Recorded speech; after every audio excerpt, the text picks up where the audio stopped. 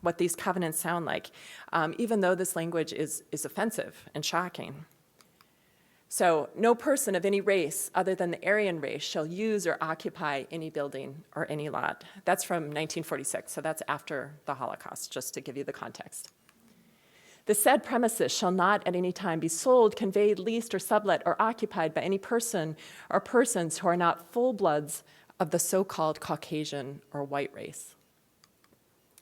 No person of any race other than the Caucasian race shall use or occupy any building or any lot, except that this covenant shall not prevent occupancy by domestic servants of a different race domiciled with an owner or tenant. So what we're doing is we're leading community members in the work of taking this text and putting it on a map. We used computers to do some of the initial heavy lifting, combing through millions of property records to flag the documents that seemed likely to have this kind of racist language.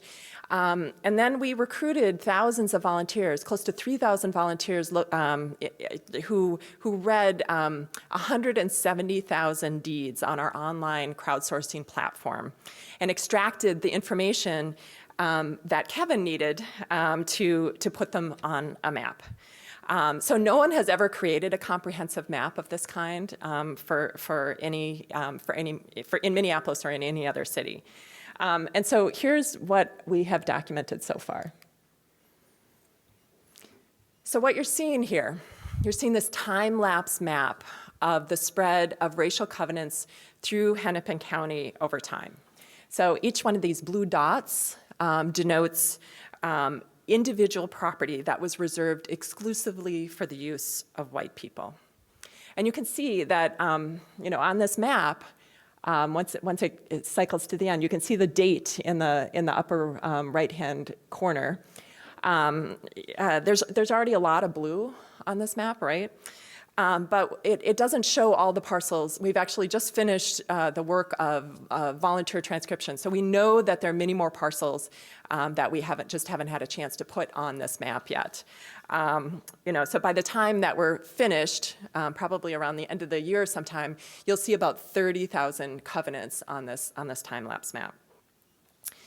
So the text that you have and the text that I read shows you how incredibly racist these deeds were. You can't mistake the purpose of these. This map shows you how widespread they were. But in order to really understand why this is significant, you have to understand how powerful these instruments were. And to fully grasp this, you have to understand how they were enforced. These covenants were contracts, right? So that means that they were enforced by the full power of the American judicial system. Covenants ran with the land, meaning that they could be enforced through the court system decades after they were embedded into deeds. And anyone who dared to breach a covenant, even decades after it was put into place, even after the property had changed hands multiple times, risked ending up in court. Anyone who sold land that had this kind of covenant on it to a person who was not white risked losing all the property, all the equity that they had accumulated in the property. Because this was a violation of the original property contract. It could trigger a process that would put the property back in the hands of the person who put the covenant in place in the first place. Even if that person were no longer alive, it would just revert to their heirs. So here's some of the painful truth about covenants. So sometimes people stop me at this point in the presentation and they say, tell me about the people who protested. Tell me about the people who resisted.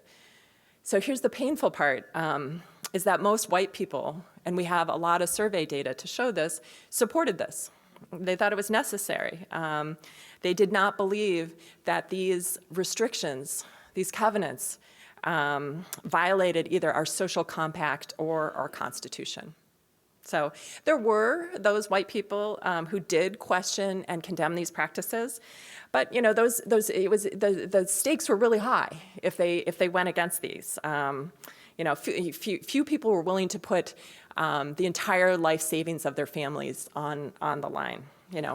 So they just weren't. They didn't say. When you see so many people, I think people questioned how effective that would be. But for Black people, it was a different story. Black people put everything on the line to challenge these practices. They bought houses with covenants. They moved into white neighborhoods. They asserted their right to live where they wanted. For instance, in 1931, the Lee family moved into a tiny white bungalow in South Minneapolis, and they quickly found themselves under siege by white neighbors. The family actually had to retreat to the basement for safety because so many people were shooting through the windows and trying to kill the family.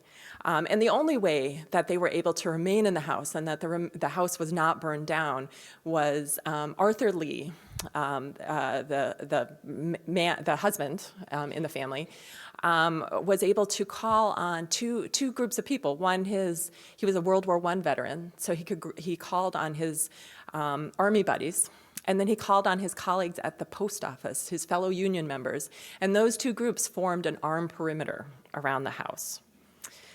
Despite this, the mob only grew. It stayed in place through most of the summer of 1931, and one person described it this way: 6,000 white people waiting to see that house burned. So this morning, when I heard the talk about toxic stress in childhood, I was thinking about Arthur and Edith Lee's daughter, Mary Lee, who was 5 years old when her family was attacked in this way. And Mary Lee's experience was not unique, this kind of talk about toxic stress, right? And as these racial boundaries hardened in American cities during the first half of the 20th century, this threat of white violence was ever present. So covenants were enforced by both the law of the courts and the law of the streets here. And African Americans resisted in both arenas. The Lees weren't alone. Folks moved into neighborhoods. They asserted their right to live where they wanted. And they went to court. The NAACP brought a series of court challenges that ended up at the United States Supreme Court in 1948. That was the year that body declared covenants to be unenforceable. Unfortunately, that wasn't enough to stop this practice. A few years later, elected officials had to make covenants illegal through legislative action. The Minnesota State Legislature did this in 1953 by banning new covenants. It didn't outlaw covenants that were already in place. That happened in 1962 when the Minnesota State Legislature passed one of the first state fair housing acts in the country. And the federal government didn't follow suit until 1968, of course, when it passed the Fair Housing Act. So a lot of times when people have talked about covenants, when they've told the story of covenants or they've told this history, the story has stopped there. And people have said, it's a story of triumph, right? We had this practice that was terrible. Our institutions corrected for it. We made it right. Unfortunately, that's not true. We would like to believe collectively that these bad deeds are in the past. It's just not true. We're living with the legacies of these covenants. I liken it to if you have a stab wound. If you pull the knife out, the wound doesn't automatically heal. You have to do some work to heal the wound, the wounds inflicted by white supremacy.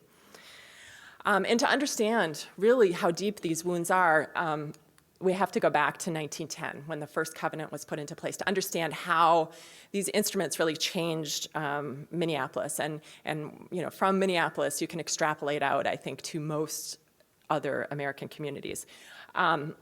Minneapolis is unusual in some ways, but when the first covenant was introduced in 1910, there were only about 2,700 African Americans in Minneapolis, and this is a Corpleth census demographic, a map that shows census demographic data from that year. And the darker colored polygons indicate the presence of African American residents. And what it shows, the fact that you have different colored polygons across the city, it shows that Black people were spread pretty evenly across the city. The city was just not particularly segregated. In this year, the city that had the highest percentage of Black residents was near North. It's that polygon that says 256 up there.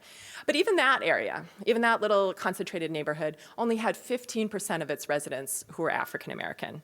And you have African Americans living down in the southern part of the city, you can see around the lakes. And I think this kind of geography, you might not be familiar with Minneapolis, but I think you can take what you know about Madison to know that lakefront property is usually pretty desirable, right?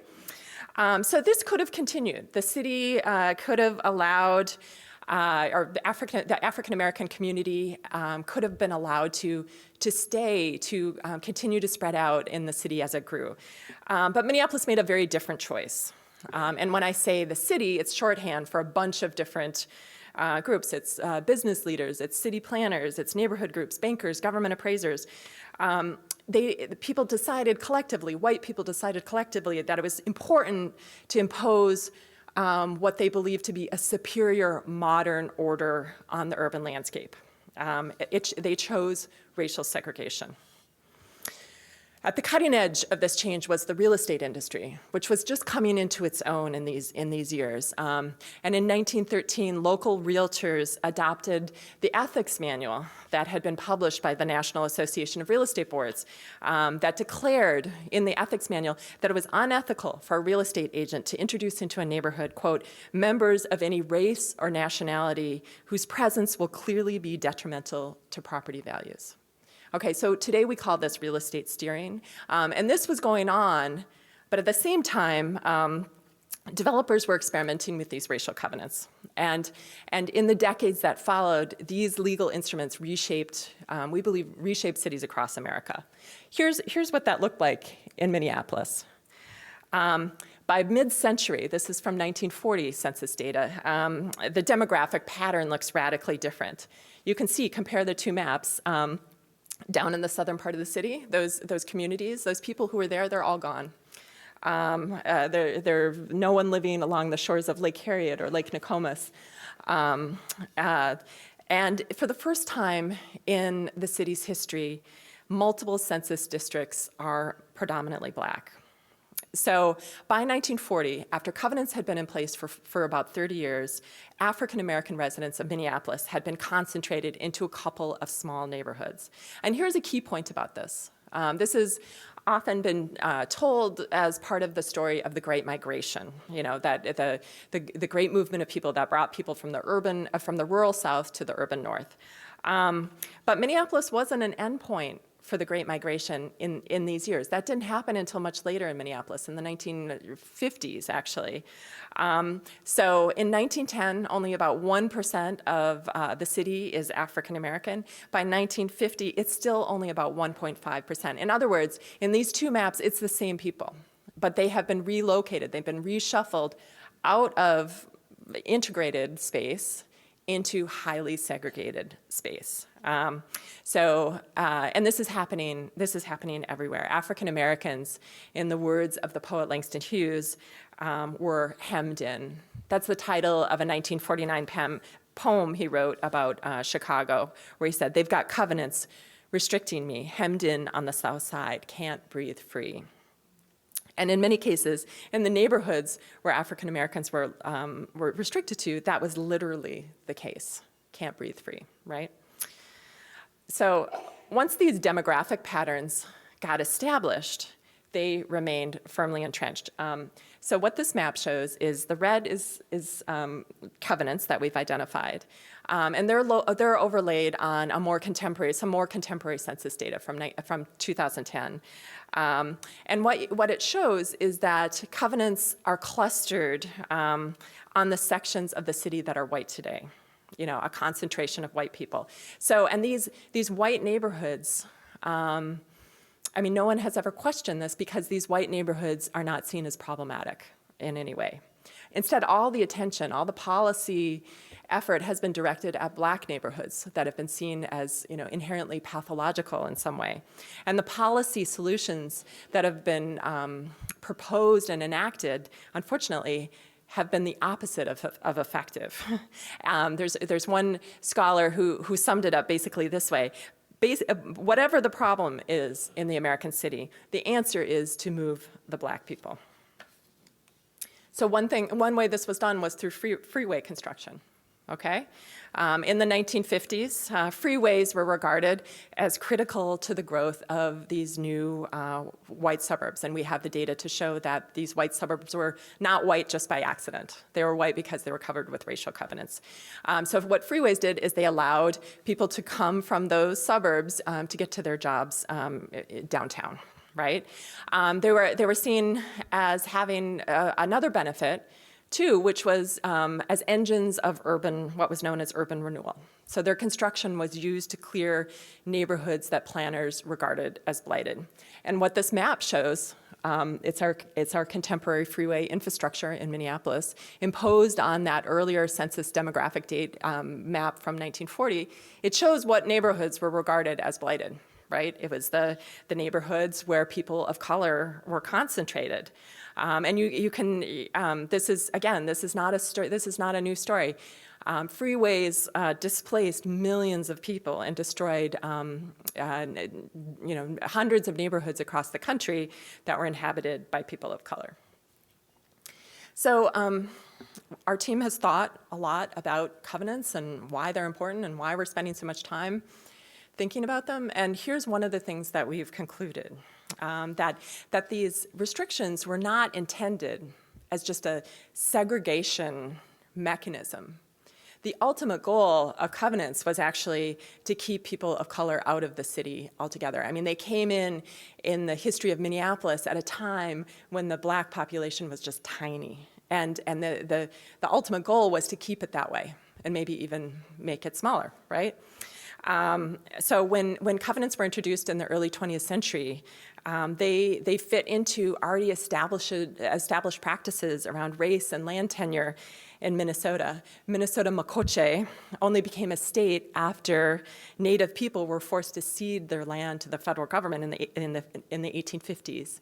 And the land that became Minneapolis was the historic home of the Dakota, who were exiled from Minnesota after their defeat in the U.S.-Dakota War of 1862. So Dakota people, before they were deported from the state, they were imprisoned in this internment camp at Fort Snelling. And there was, the state put a bounty system in place, which paid settlers for Indian scalps. And that was the system that was put in place to keep these native Minnesotans from returning home. This was around the same time that the state seal was adopted. And the picture, the image, tells the story of what people understood to be progress. It shows a Native American riding into the West, disappearing into the Wild West as a farmer tills the ground in the foreground.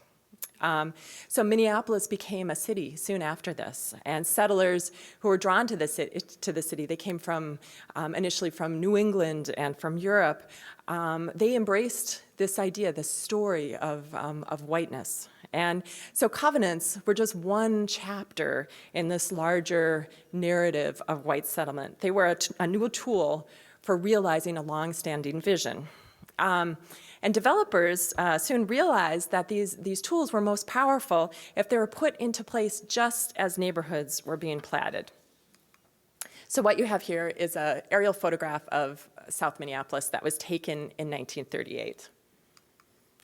You can see there was not much there, but these red polygons show the racial covenants that were already in place when this picture was taken. So what it shows is that covenants were being embedded on the land before any other development takes place, before houses, before sewers, even before streets. The first things that developers are thinking about is race. And this practice ensured that as American cities like Minneapolis developed, all the new development was reserved for white people. So I talked about the Lee family earlier, right? When an angry mob threatened to murder this family, when they killed the family dog, their plight elicited little compassion from their neighbors. As one said, he said, "You know, when you hurt a man's pocketbook, that is something that's never forgotten. They talk about justice for the Negro. How about a little justice for the white man who has put his life savings into a home?"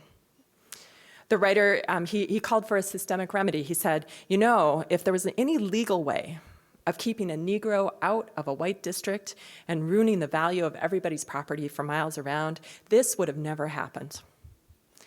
So the legal remedy was covenants. It seemed like the commonsensical solution for these people. So, and developers soon caught on to this. They learned that these kinds of restrictions were powerful selling points for people. They used them as marketing tools. They printed them right into promotional material. This is a newspaper advertisement from 1919 that included the full text of the covenant. Shall not at any time be conveyed, mortgaged, or leased to any person or persons of Chinese, Japanese, Moorish, Turkish, Negro, Mongolian, Semitic, or African blood or descent. So covenants, they promised, would safeguard people's investments in their homes.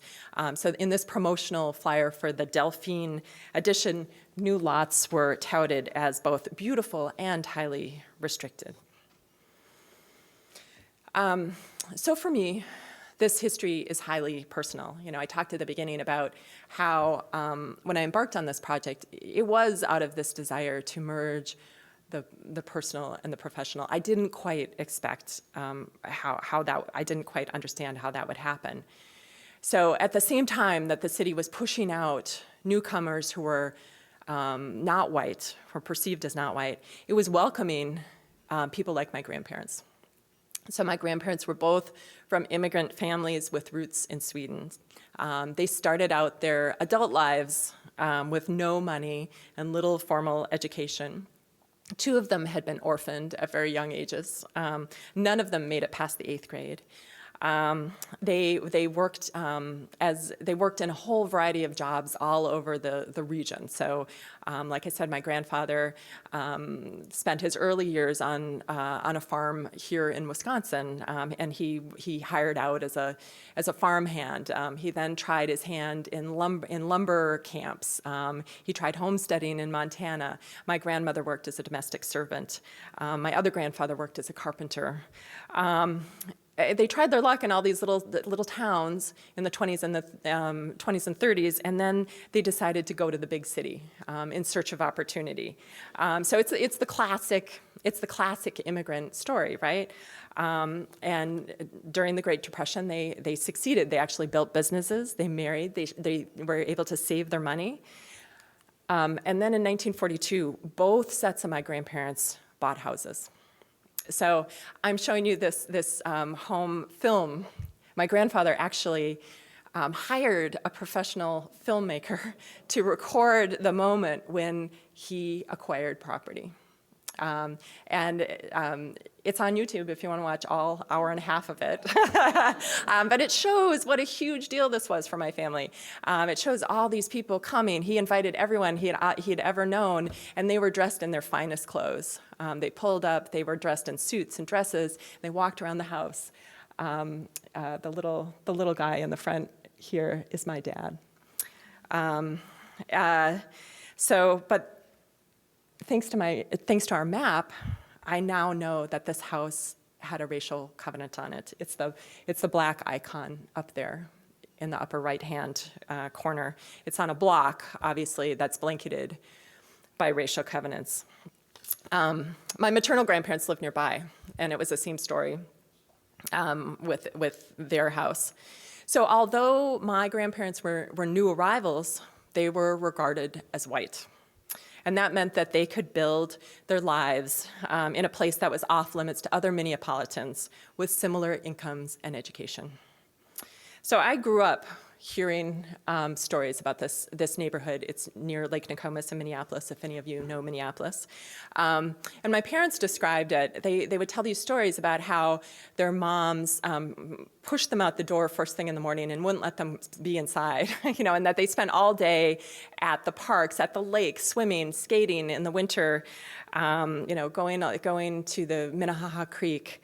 And the neighborhood had really solid schools. And both of my parents went to college, even though their parents didn't make it to 8th grade, right? My mother went to graduate school. All this was only for white people.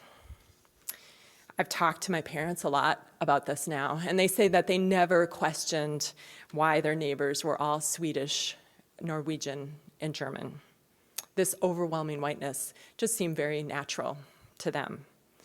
My grandparents bought their houses just as the United States was about to see the largest expansion of the middle class in its history.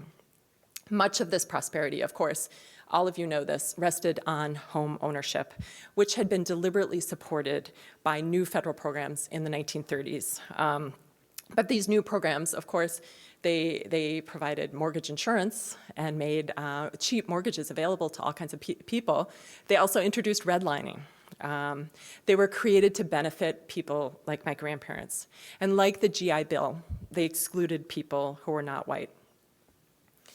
So 2 generations later, I am still benefiting from the fact that my grandparents were encouraged to buy houses in a part of the city where property values climbed for most of the 20th century. When my paternal grandfather died, my family decided to sell his house, and they split the profits of the sale amongst all the grandchildren, including me. And I was able to use my portion to put a down payment on a house in another part of South Minneapolis that I could have never afforded without that help. And I was looking basically to replicate my parents' childhood for my kids, right? I wanted easy access to the chain of lakes. I wanted solid schools. And though I was very, very fortunate, I am not unique in this story. So I'm betting that all of you are familiar with the research that shows that 75% of home buyers, first-time home buyers, get some kind of help from their family to manage the purchase of a house. So we're all doing the same thing. We're leveraging the economic security of earlier generations to secure the future of our children. And my children have definitely reaped the benefits of this. They love hearing me talk about that. I'm joking, of course. My kids don't love hearing that. But I do want my kids to know, and we talk about it all the time, that we carry our history with us, that none of us stand unencumbered in this moment in time. I want them to know that they live where they do today because of the opportunities afforded my grandparents. And I want them to know that those avenues were closed to people who were not white. That covenants combined with redlining, the federal policy that deemed areas where African American people could live as too hazardous for conventional loans. And these things work together to depress home ownership rates for African Americans. So today in the Twin Cities, we have the highest gap between African American, black and white home ownership rates for any major metropolitan area in the country. 75% of white families own their homes, and only 23% of African American families can make the same claim. So mapping prejudice is designed to help people see structural racism. So most Americans have been taught to think that racism is a matter of personal bias, that it's the sentiments expressed by people like these protesters. But we're working to reframe this understanding. We want people to see that racist ideology has been embedded into the community, the founding documents of our community institutions over decades. That it's created this map of privilege and dispossession where your destiny is determined by your zip code. That it's structures rather than individual bias or individual pathologies that have created and compounded the disparities that are so pronounced. So this map that we're making together with community members gives lie to a central myth about our community, that we've been taught collectively that Minnesota and the North more broadly never had any kind of formal segregation. And this history helps us to understand why it seems to be the same group of people who are vulnerable to housing precarity, insecurity. The system was built to keep black and brown people from owning property. It was designed to keep them out of places that were perceived to be more desirable. And the time has come to make amends for this. So what are we going to do next? What do we do with this? So we are building, with this work, we're building a constituency for structural change. We're inviting community members to help us document this deliberate campaign to create an all-white city. And people who participate in this work experience a powerful challenge. These deeds are very clear about their intention.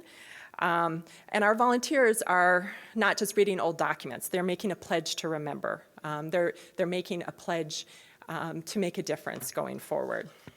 I could talk a lot, but I'm running out of time, about all the different ways we've done this, all the different ways that we've engaged. But I can tell you that thousands and thousands of people have come to our presentations. They've volunteered for, for our project.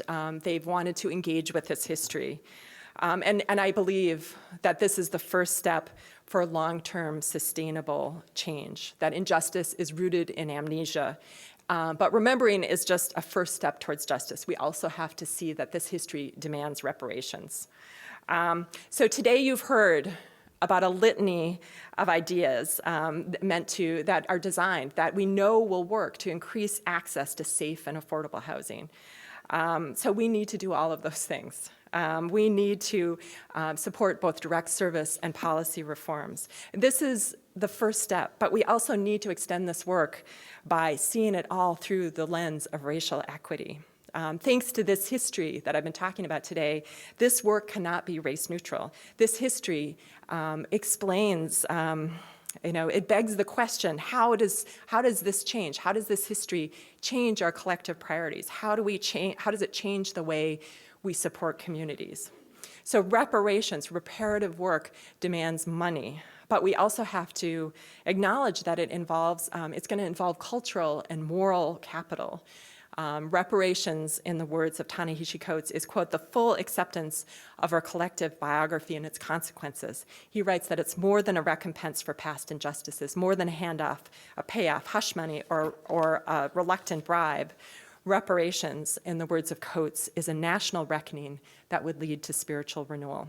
So it's my goal with this work to be part of that spiritual renewal, and I know that all of you are also part of it as well, so thank you.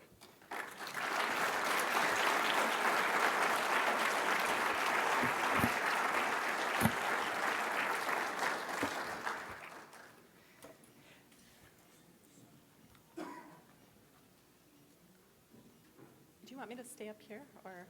Okay.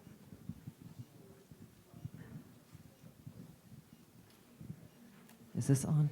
I have to apologize to Dr. Vakunta. I'm sorry. I came in here, we were late, and I ran up and introduced Kirsten. Dr. Vakunta was going to do that for us, and I apologize. I'm sorry. I'm on about 2 hours of sleep. All right. So we have a few minutes for questions, and then we're going to have a reception and celebration. So thank you so much for that. This project initiating, it's incredibly inspiring and humbling, and I don't know, many different things. And I would love to learn how this is going to be, if it is going to be, shared, or it can be replicated in other communities around the country. Okay. In answering that question, I'd like to bring my colleague Kevin Erman-Solberg up on the stage too, please, to help me with any quick questions that we have. So the question is, is it replicable, and are we planning to do that? Is that in a question. In a yes, nutshell? That's the question. We do believe that this is replicable, and that's why I'm here today. That's why we're here today, and we believe it needs to be replicable. So this is a first of its kind map. It's only going to have power in terms of really driving a national conversation if we have more maps like this, if we have more communities engaged with this kind of process. So we're really interested in working together and with other communities to figure out how we have a lot of the methodology and a lot of the technology, and we'd like to share that with other groups. So we're game. We're right now making very direct, our immediate goal is to move into Ramsey County, to move into St. Paul, which is a logical next step. So we're raising money. If anyone has any money, we would really love that. Anybody else have a question? Just to follow up on that, if we wanted to try to do something like that in Madison or Dane County, Talk to me. well, talk to someplace on the website we could Absolutely. carry, Yeah. So you go to our www.mappingprejudice.org, click on the contact, and then you will get Kevin and me on through that contact form. But yeah, we've been in conversations with we've been contacted by a lot of different communities, and we're trying to figure out what the next step is in terms of working with people. Great. And just Yeah, go ahead. if you are serious about that, the one kind of prerequisite that needs to happen is the deeds have to be digitized. The methodology that I've developed uses optical character recognition, because otherwise you're reading millions of rolls of microfilm, and maybe you're into that, but I'm not doing that. So provided, I think the kind of the preliminary conversation that has to happen is you talk to the recorder of deeds office, you see if the data is available, are these deeds digitized? If they have been digitized, are they willing to do like a bulk export to an academic project like us? Different counties have different, often like monetization policies around kind of who owns deed images and things like that. But assuming you can clear those hurdles, it's certainly practicable and implementable in additional spatial contexts beyond Minneapolis. Thank you. That was incredibly important and powerful, and I appreciate your work. I'm not on. I'll talk loud. Okay. Okay? Oh, okay.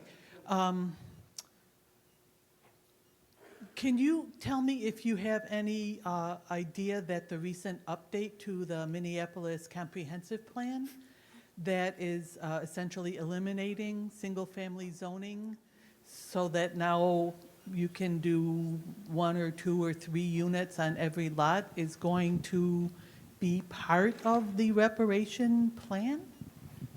That's all you. I'm not talking. That's the hot question. In full disclosure, a lot of our work was funded by CPED, the planning agency in Minneapolis, because they were in the process of developing this this new land use plan that's getting national attention. Minneapolis is the first major city in the country to eliminate single-family zoning across the city, everywhere in the city, upzoning the whole city. And a lot of they used our maps, they used our data heavily in the equity argument for pushing that policy shift. And it was a very, very interesting, we went to community meetings. We were very careful to say, you can use our work, but we're not going to we're not going to take a stand one way or another. And I think where everyone on our team falls on that now is we think it's an interesting step and it seems like a good idea. We're not convinced that as it stands now, without extra policy steps like inclusionary zoning, without all this other stuff, it's not going to ensure greater affordability and accessibility. It's going to bring density. And I've actually seen it on my own block. So, like a developer is coming in with a big development. And anyway, that's not affordable in any way. So that's the question.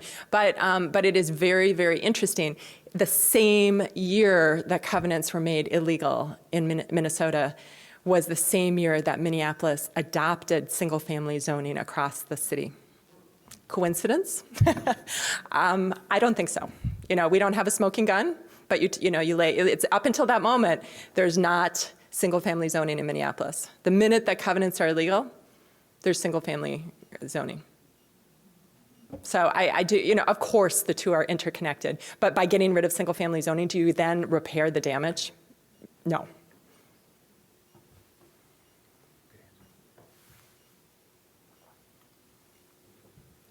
You all are ready to go network, I think.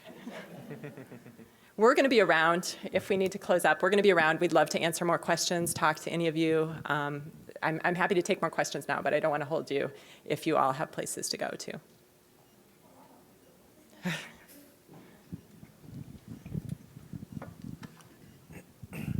So can you just give an estimate of how much the cost was or how much funding came from the city of Minneapolis to do this? Well, the budget that we put together for 3 years for Ramsey County for the next 3 years, and this is just sort of a bare bones cost for labor for our team is $500,000. So of the map that we built, we did a lot of it with shoestrings and bubble gum and our volunteer work, not our crowdsourced volunteer work, and that was more in the realm of, I think $350,000 is what it cost for Kevin and I to work for free a lot. And CPED provided $100,000 of the cost, and we fundraised the rest through foundations and other entities at the University of Minnesota. We're located in the libraries at the University of Minnesota. And I would just say, too, in terms of kind of projecting the cost for doing comparable work, it's really a function of how many property records there are, right? So for Hennepin County, you're talking 9 million is the number of pages. So if you're doing something significantly smaller like Dane, obviously that's going to bring that number down a lot. The fewer covenants, the less mapping, the less optical character recognition, the fewer volunteer transcriptions. So it's directly proportional to that. I don't even want to think what doing like Chicago or something would look like. But And you that's different, that total cost is not, the data is different from, when I explain the crowd, like the community engagement, that includes the community engagement work. Here, I'll just say it. okay. Sorry. So that number that I just gave you, that big number, that includes, having staff members to run all the community engagement. So that's different from the data, so we can separate out these processes. Like if Dane County were interested in doing this, we could say, okay, you get us the digitized deeds. We have the scripts to run, we can flag the deeds that seem to be racist. We can put it up on our crowdsourcing platform, which we've already developed. And we can do that. And then you're free to do whatever you want in the community in terms of getting those volunteers, because that's a lot of the boots on the ground labor cost of that. You need people to do the archival work. You need people to go out to all the little community groups and talk to all the people and do all the training. And that's the really, really, really labor intensive, but really valuable, honestly, part of this project. This is not just a data project. This is a community transformation project. So I just want to be clear. I'm curious if you analyzed the total wealth that was lost in the African American community as a result of these covenants and other practices. Yeah, so we're in the process of doing kind of a bunch of regression models to tease some of that out. Some of that we can't answer conclusively yet because we haven't mapped all the covenants yet, right? We still have a somewhat preliminary data set, but just based on what we have so far, and these percentage points go up every time I add more covenants, so I don't think we're going to have an inverted relationship. Covenants are overperforming, single-family homes that are racially covenanted overperform city median value by about 20%. Single-family homes in redlined areas underperform city median value by about 25%. So when you add these two things together, you're talking about the city median in Minneapolis is about $265, so about half of that, right? Over $100,000, $125,000. That's the number you're talking about per house, based on strictly whether your grandparents bought a home in a red line neighborhood versus your grandparents were able to buy a home that had a racial covenant attached to it. And we've normalized for differential property characteristics and all of that too. So same exact house, same kind of, neighborhood compositions. One's covenanted, one's redlined. You're talking well over $100,000 in intergenerational wealth that's either been gained if you're white or lost if you're black as a result of this process. So the numbers are significant.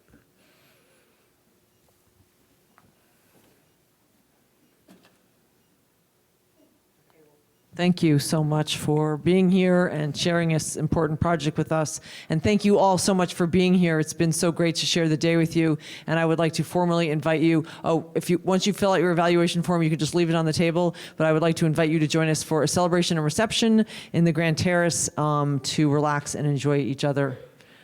Thank you. Thanks for being here.